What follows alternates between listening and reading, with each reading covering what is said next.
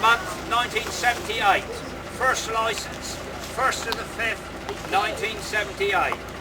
Transferred to Hanson Dorset, 4th month, 1979, as part of the exchange of Southern Vectis' 6 newest double-deckers. 6 special-built convertible VRs with detachable roofs for summer operation around Sandown, Shanklin and Ventnor, that had been allocated to Bournemouth and Poole but no longer had work demanding an open top.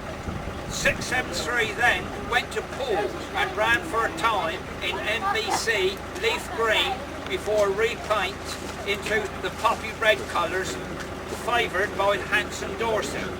When Hanson Dorset was split up in April 1983, 673 was allocated to the new Wilson Dorset Company from April 1983 and later acquired the red, white and black striped livery adopted by the new company. In 1995 it was renumbered from 3416 to 4416 to signify it was only to be used for low mileage duties. And 3 years later, in April 1998, it was withdrawn at the age of 20 years.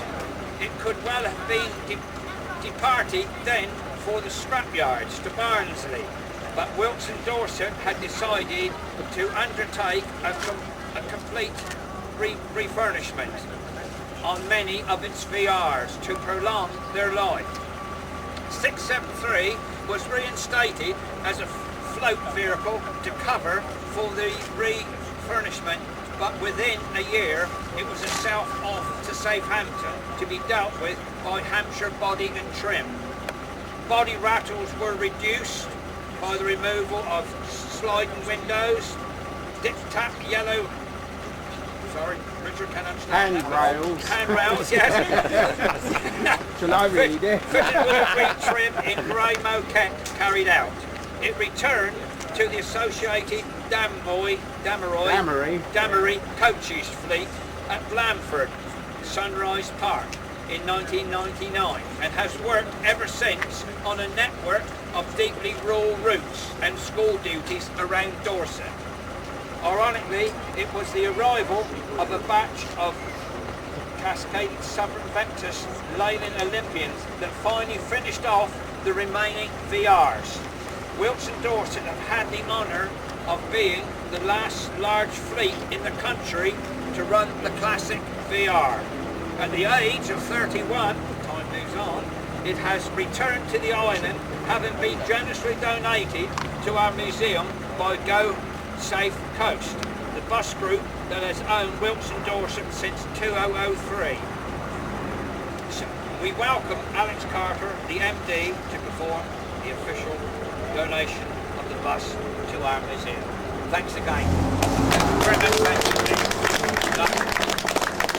lovely for the generation to come with the picture with the Bus and Coach Museum. Us oldies won't be here forever. We get the youngsters then to take the place. Just to say a few words, not to detain you any longer, but it's a pleasure to be able to donate the bus to the museum. As an MD with a foot in a few camps, I'm MD of Southern Vectis, but also Wilson Dorset and Damery and so on.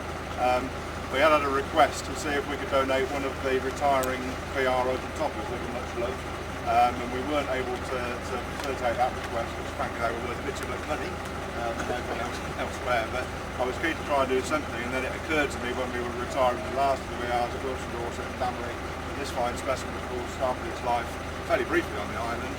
There is one other one still over there, although it also retired with one, I believe. This was the better of the two.